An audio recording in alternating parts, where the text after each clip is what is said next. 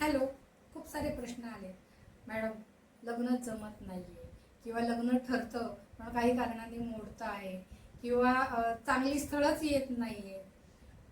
लग्न झालंय पण एकमेकांबद्दल ओढच नाहीये, प्रेमच नाहीये.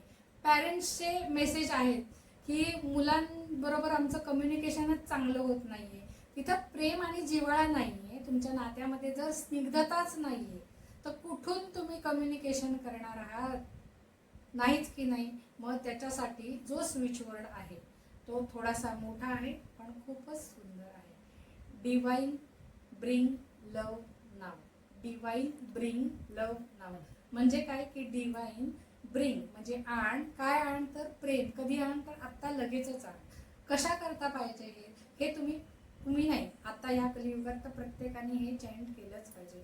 कसं आहे, नवरा बायकोतलं रिलेशन चांगलं असेल तर ते त्यांच्या मुलांवर चांगले संस्कार करू शकणार आहेत आणि तर मुलांचं आणि पालकांचं बॉन्डिंग उत्तम राहायला मदत होणार आहे.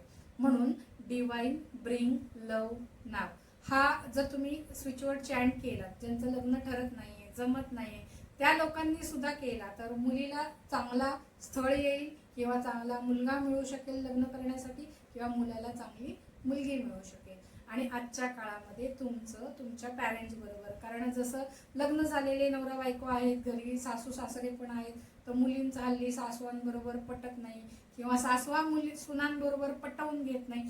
असं जरी असेल तरी सुद्धा तुम्ही हा स्विचवर्ड चॅन्ट करू शकता. डिवाइन ब्रिंग लव नाव म्हणजे काय? नात्यांमध्ये प्रेम निर्माण होण्यासाठी हा स्विचवर्ड तुम्हाला मदत करणार आहे.